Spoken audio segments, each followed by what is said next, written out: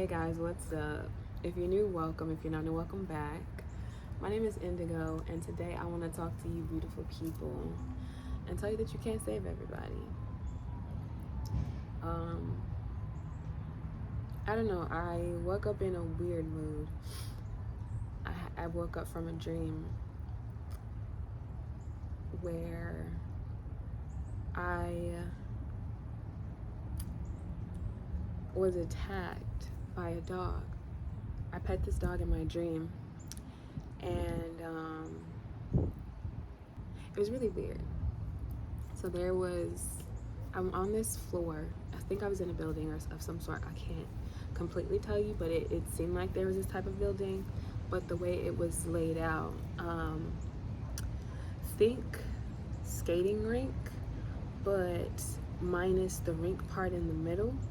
And it was set up more in a square than it was an oval shape. But anyway. So yeah, I'm at one of the corners, and there are these two dogs, and they're both kind of sitting there. And I reached out to pet one. It happened to be, I think it was a husky, and I went to pet it. You know what I'm saying? And I started off just kind of, hold on, y'all. The wind is really high. I apologize. But I started out just kind of, petting the dog normally. And I went in to like really, get in there with my fingers or whatever. And I could see the dog beginning to enjoy it. And because he was beginning to enjoy it, he pulled his head back almost. And it was the weirdest thing because it wasn't like it was actually a dog. The way that this animal moved, it seemed more human-like in its abilities, and just the way he pulled his head back, it was very like, like get away from me. Even though, like I said, he was opening up, and I could tell that he was enjoying me scratching his head, but it was almost like something wouldn't let him be vulnerable and be open with me in that way. And when he pulled his head back, his face began to take on this look, almost as if he was gonna go feral. And I'm not gonna say I'm afraid of dogs, but baby girl can sense trouble. So I ran to another corner of the floor. In this particular corner, there just so happened to be my old pastor sitting in a rocking chair. And she was sitting there, and I was backed over into this area by the dog. I ended up climbing up onto the counter in a sink, and the dog went and sat by her feet, still very much with this feral quality. And it was like the look that he was giving me pretty much just held me in place. And all of a sudden, I hear from a back room somewhere, Melody's neck is broken. Melody happens to be my little sister, and it was my younger brother, one of my twin brothers, who actually said that in the dream. Don't know where they came from. I never physically saw them. I just remember, him saying that, and like this cold fear came over me, and I ended up hopping down, and I tried to go back to where she was, but I made an attempt to like break the door down, and it was like I won't say a super weak attempt, but it was almost as if there was something attacking my body, and I just couldn't put enough force behind it to really like break the door down like I would have had this been a thing that was actually happening in real life. So I tried to break the door down, and I ended up waking up. And to say that I was shook by this dream, I think would be a very strong understatement, because anybody who knows me knows that when I love you, I love hard, and especially my like siblings and my mother, I will kill you about those people. because they mean just that much to me. And so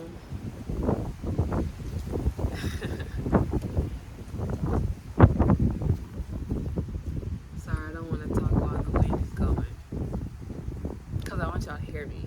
But yeah, I made the attempt, and at first I didn't get it. Like, I think for me, my focus was on the fact that, oh shit, I just had a dream where my little sister's neck got broken. What the fuck, you know? And so I was consumed by that. But I ended up talking to my mom about it, and she kind of explained to me, you know, she gave her explanation of it, and I was like, okay, you know, I see it. I see what she was talking about. And then I ended up talking to my little brother about it, and he gave me another piece of the puzzle. But I was really sitting back here, and I think what has struck me and what I've been stuck on is the dog and the human quality of that dog, and the fact that I reached out to pet it and it went feral on me. And I think because that's so often in my life in particular, I can't tell you how many instances there have been where I've opened myself up and I've seen people who are hurting, people who need help, people that I know I could love on, and I just really want to help get to a better place, you know, in any way that I can. And more often than not, those same people turned around and stabbed me in the back, you know? And it's crazy because even though I seen that they might not necessarily be in the best place, I still wanted to help them. And that's always, and I do mean always, been to my detriment. I think often as people, when you don't have boundaries and when you're not taught, or you don't have like a good example of like a healthy love, you love based off of what you've been given. And one thing that I know I saw growing up was my mother overgiving to everybody. You know, she would overgive to our church. She overgave to, a lot of times, her family. She overgave to the first church cult that she very much overgave to the first church cult that we were a part of when we first moved down here, you know. And I think she got a little bit better about it when we got older, or as we grew up as children, but she still, in my personal opinion, gave way too much to the church, even when I was a teenager. And so for me, that was just my example, you know. That's how I learned to show my love and appreciation for people, was oversharing and giving of myself even when I didn't have enough to even take care of me. And I've had to learn some very hard lessons for that. From, you know, people taking advantage of me to, you know, landing myself in an abusive situation, a narcissistically abusive situation, to me, you know, finding myself in a friend group that I can see we're very different. I can see that there are aspects of this friend group that I really don't like, but I'm ignoring all of the red flags that they're giving me about, you know, who they are as people, what they're into, how they carry themselves, what they're about. And I'm just like, oh no, you know, a little bit of love, you know, can help them. And I'm going out of my way to be there for people who, when I really needed it, didn't want to help me. And I've paid dearly for that. I don't want anybody else to have to go through that. You know, I think for some people, that's the only way they're gonna learn. But you really can't save everybody. You know, all of those red flags that I ignored, they were warnings. You know, steer clear, danger ahead. But you know, me, I think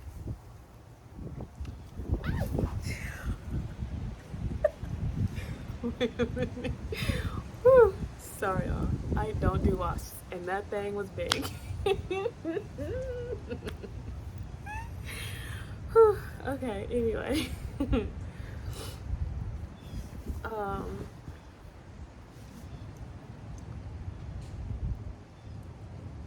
I know for me, I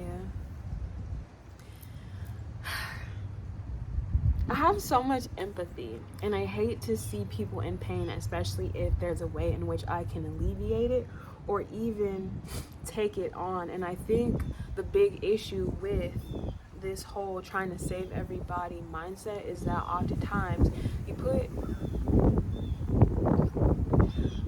you put yourself into a situation where you're taking on the problems of other people, and you're trying to get in the way of the lessons that they need to learn, or the karma that they've incurred for themselves, and you are therefore weakening them and not giving them the space necessary for them to grow into their own and to go through the life lessons.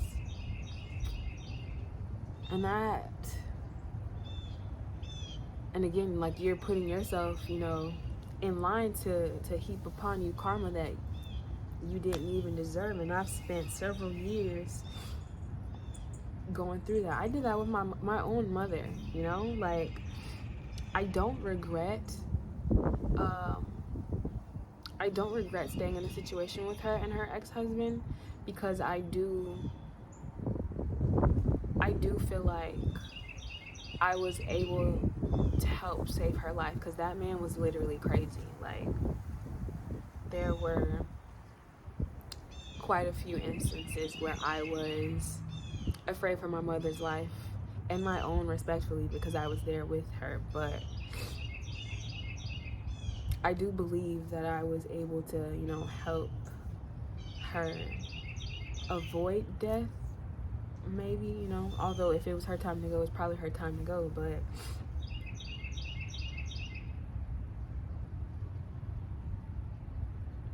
I don't know, I want to help somebody not, if I can, help somebody not fall victim to trying to save people. And I'm not gonna say like my mom didn't deserve it. My mom is a beautiful person through and through. I've literally gotten to watch her transform over the last few years. But I think I shielded her from a lot of stuff, and I don't even want to say shielded her, because it wasn't really that. I got in the way of her experiencing a lot of what she was supposed to experience. And I think in many ways, we ended up in a situation that was extremely codependent. And so now, as much as I would love to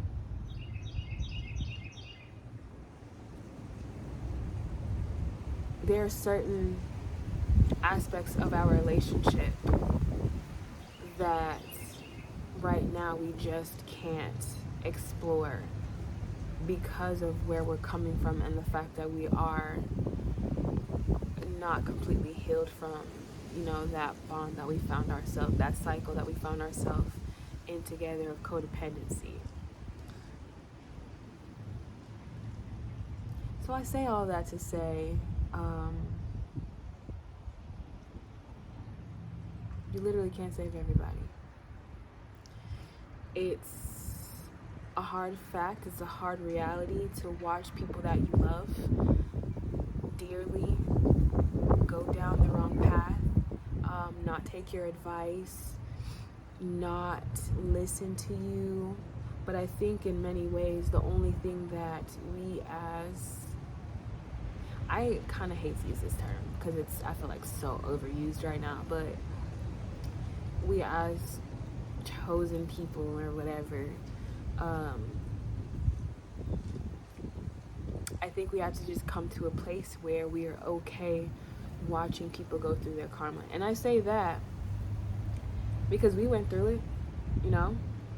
I know I did. I for damn sure went through it. And I came out just fine, you know. And,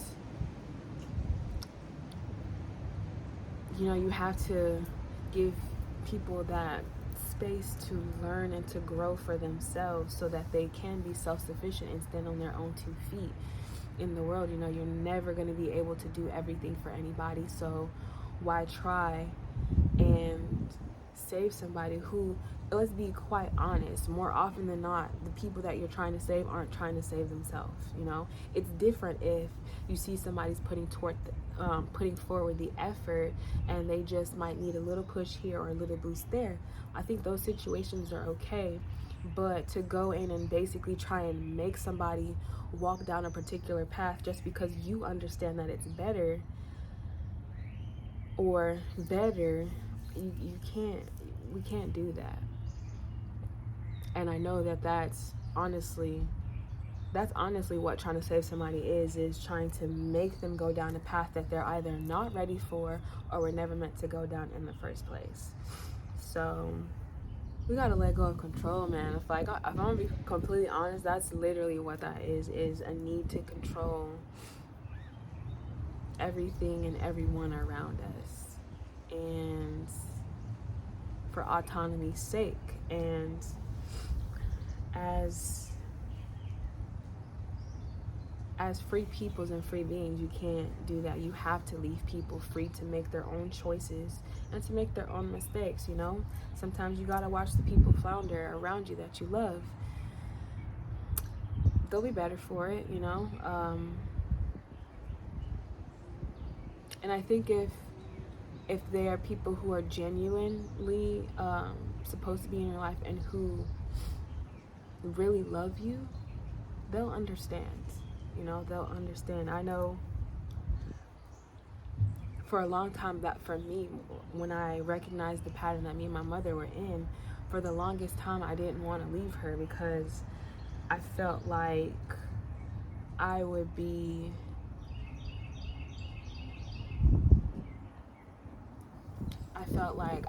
endangering her life, and I felt like I was leaving her out there. I remember before we ever went through any of our situation together, I remember her telling me, you know, go ahead, baby girl, you can go out here, you can live your life, I'm gonna be okay.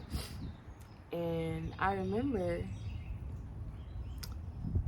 specifically the thought that I had that caused me not to step away when I was given, you know, that choice. You know, I remember actively making the choice to go down the path that I did. And the thought that I had and what I told her was that I can't leave you out here.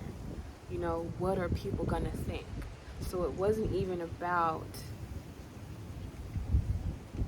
yes, it was about me helping her because she's my mother, but there was also this air of control in the back of my mind and me being puppeteered by by what I perceived as the negative thoughts of the people around me and what they were going to think about me abandoning my mother, when that's not what it would have been. It would have been me just going out and standing on my own 2 feet, learning to be a young adult in the world. So, yeah, it was a hard lesson. It was a bought lesson, but you can't save everybody. And I promise you, after the whooping I just, like, the literal ass whooping I just got for the last couple of years, you will never catch me trying to save anybody. Like, we are so far beyond that, it's not even funny.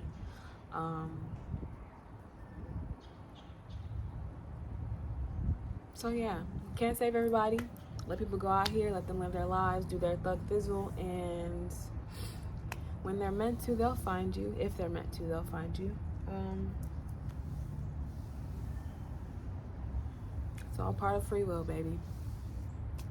So yeah, I just want to come on here with that not so quick message. I was definitely not planning on this video being this long, but yeah, thank you guys so much for tuning in. If you like this video, hit the thumbs up. It helps me out so much on this wonderful world of YouTube. Subscribe to the channel if you want to see more from me. I am here weekly.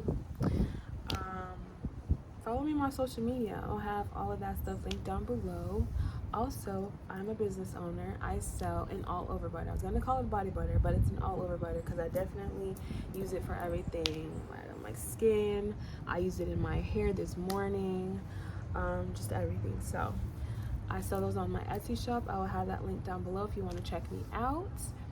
And yeah, I think that's everything. I hope you all have a beautiful rest of your day or night whenever you choose to watch this, and I will see you in the next one.